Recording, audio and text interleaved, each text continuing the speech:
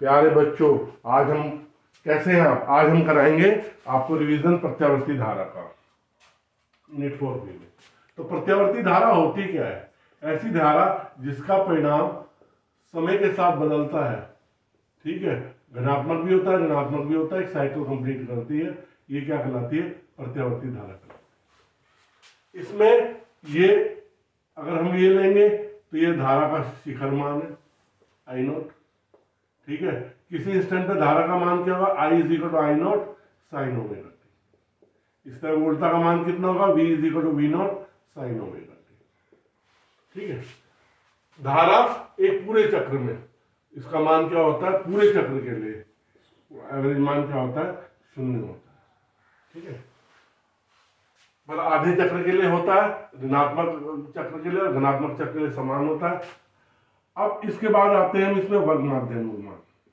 वर्ग माध्य मूल मान, एक सूत्र होता है IRMS is equal to I naught upon root 2। ये शिखर मान है, ये वर्ग माध्य मूल मान है। इसी तरह से VRMS is equal to V naught upon root 2। ये हमारे पास क्या है भैया? प्रतिरोध। तो R, इसका मात्रा कितना? ओम। ये क्या है हमारे पास? प्रेरकत्व। इसमें जो ये बाधा उत्पन्न करेगा वो क्या कहलाएगी? प्रेरकीय प्रतिघात एक्सएल। एक्सएल क्या होता है? Omega L. XL is equal to 2 pi F L. और इसका मात्रक क्या है? एक्सएल का मात्रक क्या है? ओम। ये क्या है हमारे पास? संधारित्र सी। तो संधारित्र में क्या होता है? धारितीय प्रतिघात होता है। धारितीय प्रतिघात का मतलब संधारित्र द्वारा आवेश वाहकों के मार्ग में जो रुकावट होती है वो धारितीय प्रतिघात कहलाता है। एक्सी क्या हो गया? 1 by omega C 1 by 2 pi F C. XC का मात्रक क्या है? ओम। इसका मतलब है आर एल सी सबके मात्रक जो बाधा उत्पन्न कर रहे हैं सबके मात्रक क्या है? ओम। केवल प्रतिरोध होता है, जब केवल प्रतिरोध होता है तो धारा और वोल्टता समान कला में होती है। ठीक है, धारा और वोल्टता क्या होती है? समान कला में होती है। और जब प्रेरकत्व होता है तो वोल्टता धारा से आगे होती है। कितने कोण आगे होती है? 90 डिग्री। जब संधारित होता है तो धारा वोल्टता से 90 डिग्री क्या होती है? आगे होती है। अब हम आते हैं अपने एलसीआर श्रेणी परिपथ में। हमने एल, सी और आर तीनों को सीरीज में ले लिया। ठीक है, यहाँ कुंजी लगा रखी है एल सी आर। यहाँ पे VL वोल्टता होगी, यहाँ पे VC वोल्टता होगी, यहाँ पे VR वोल्टता होगी। VC का मान, VL का मान क्या होगा? IXL, VC का मान होगा IXC और VR का मान होगा IR। अगर हम इसका फेजर डायग्राम बनाएंगे तो फेजर डायग्राम कैसे बनेगा? देखिए साहब, ये धारा है, अगर R प्रतिरोध है तो वोल्टता उसके साथ समान कला। L के लिए वोल्टता धारा से कितने कोण आगे? 90 डिग्री आगे। और संधारित्र में वोल्टता 90 डिग्री पीछे है। हमने माना VL का मान VC से ज्यादा है तो यहाँ पे क्या आ जाएगा? VL minus VC। हम एक त्रिभुज बना लेंगे, ये VL माइनस VC हो गया, यहाँ कोण आ जाएगा tan फाई। इसमें एक टर्म आएगी प्रतिबाधा, इसका मात्रक ओम होता है। ये सभी कंपोनेंट द्वारा आवेश वाहकों के मार्ग में, मतलब जो रुकावट आएगी, जो टोटल रुकावट आएगी आवेश वाहकों मार्ग में, वो प्रतिबाधा कहलाएगी। जेड का मान होता है अंडर एक्सएल माइनस एक्सी का स्क्वायर प्लस आर स्क्वायर। ठीक है, इसमें और टर्म्स आती है cos phi, power factor R upon Z होता है। ठीक है, tan फाई क्या होगा? यहाँ पे VL minus VC upon VR, ये हो जाएगा XL minus XC upon R. Difference है, राइट। और आपकी शक्ति कितनी हो जाएगी? P average is equal to VRMS IRMS cos phi. अब एक चीज आती है, यदि परिपथ में केवल संधारित्र या क्या है आपका प्रेरकत्व है संधारित्र, तो उसमें फाई कितना होता है 90 डिग्री होता है, और कॉस 90 डिग्री की वैल्यू क्या होती है 0। तो इसमें पी एवरेज कितना हो जाएगा V R M S I R M S cos 90 degree 0। इसे कौन सी धारा कहते हैं वाटहीन धारा कहते हैं। हम नेक्स्ट टॉपिक पे आते हैं प्रत्यावर्ती धारा जनित। धारा जनित क्या होता है प्रत्यावर्ती धारा जनित?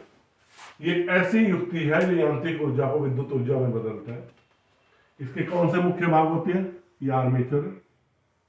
इस आर्मेचर को क्या कर रखा है हमने? दो अवतलाकार आकृति के ध्रुवों के बीच में रखा हुआ है। ये आपकी शाफ्ट है, यहाँ पे आपकी क्या स्लिप रिंग्स है, यहाँ आपका कार्बन ब्रश है, यहाँ पे आपको आउटपुट मिल गया। आउटपुट अब इसका काम क्या है? देखिए, जब ये दो ध्रुवों के बीच में इस स्थिति में होगी तो इसमें से चुंबकीय बल रेखाएं अधिकतम निकल रही होंगी। अधिकतम निकलने के कारण क्या होगा? प्रेरित विद्युत वाहक बल क्या होगा? 0 होगा। ठीक है, तो आपको ऐसे धारा मिलेंगे 0। फिर जैसे जैसे आप इसे घुमाओगे चुंबकीय बल रेखाओं की संख्या कम होती जाएगी, प्रेरित विद्युत वाहक बल बढ़ता जाएगा। तो बढ़ता है 90 डिग्री घुमाने पे इतना होगा, फिर 180 डिग्री पे 0 होगा, फिर जो ऐसे थे वो बदल के ऐसे हो जाएगी, पलट जाएगी, तो ऐसे धारा मिलेगी 0, 90, 180, 270, 360 डिग्री। आपको प्रत्यावर्ती धारा क्या है? लगातार मिलने लगी आई और टी के बीच में। ठीक है, फिर हमारे पास आता है ट्रांसफार्मर। क्या आता है? ट्रांसफार्मर। ये एक ऐसी युक्ति है जो उच्च वोल्टा को निम्न वोल्टा में और निम्न वोल्टा को उच्च वोल्टा में बदलती है। ये किस सिद्धांत पे कार्य करती है? अन्योन्य प्रेरण। और ये किस पे करती थी? वैद्युत चुंबकीय प्रेरण पे। अन्योन्य प्रेरण के सिद्धांत पे काम करती है। तो ट्रांसफार्मर में होता क्या है? हमने एक लोहे की पतली रॉड ली, उसमें वार्निश लगाई, फिर दूसरी पतली रॉड ली, फिर वार्निश लगाई, तीसरी पतली रॉड ली, वार्निश लगा दी और इन्हें ज्वाइन कर दिया। यहाँ पे इनपुट होगी हमारी, वाइंडिंग कर दी वायर की, यहाँ वाइंडिंग कर दी, ये इनपुट है, ये आउटपुट है, ये प्राइमरी कॉइल है, ये सेकेंडरी कॉइल है। ठीक है, तो इसमें क्या होगा? अगर प्राइमरी में नंबर टर्न्स फेरों की संख्या कम है और द्वितीय कुंडली में फेरों की संख्या ज्यादा है, तो ये कौन सा हो जाएगा? ऊंचाई ट्रांसफार्मर। ठीक है, ये प्राइमरी है, सेकेंडरी। यदि प्राइमरी में नंबर टर्न ज्यादा है और सेकेंडरी में कम है, तो ये क्या हो जाएगा? अपचाई। इसे स्टेप अप कहेंगे, इसे क्या कहेंगे? Step down. ठीक, अब ये काम कैसे करता है? देखो, ये केवल एसी पे काम करता है। किस पे काम करता है? एसी पे। डीसी पे काम नहीं करता है। हमेशा ध्यान रखना, ट्रांसफार्मर कभी डीसी पे काम नहीं करता, क्योंकि यहाँ पे जो धारा का मान होता है बदलता नहीं है, ना बदलने के कारण ट्रांसफार्मर आउटपुट आपको 0 देगा। तो एसी में क्या हुआ? आधा चक्र आया आपका, पॉजिटिव हाफ साइकिल। इसने क्या किया? इस लोहे की रॉड को क्या किया? चुंबकित किया, इससे चुंबकीय बल रेखाएं निकली, किससे पास हुई? सेकेंडरी से। ये परफेक्टली कपल्ड है। तो जो चेंजेस यहाँ पे होंगे यहाँ अपेयर होंगे, तो यहाँ पे क्या होगा? चुंबकीय बल रेखाओं में परिवर्तन के कारण प्रेरित विद्युत वाहक बल उत्पन्न हो जाएगा, आपका आउटपुट मिलेगा।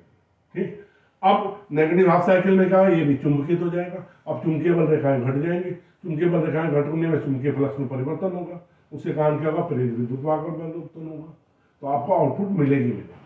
अब ये नंबर टर्न्स पे डिपेंड करती है। अब आप एक चीज फार्मूला देख लीजिए, VS upon VP NS upon NP is equal to IP upon IS. ये फार्मूला है। इसकी दक्षता 100% से कम होती है, तो ट्रांसफार्मर में कुछ ना कुछ लॉस होते हैं।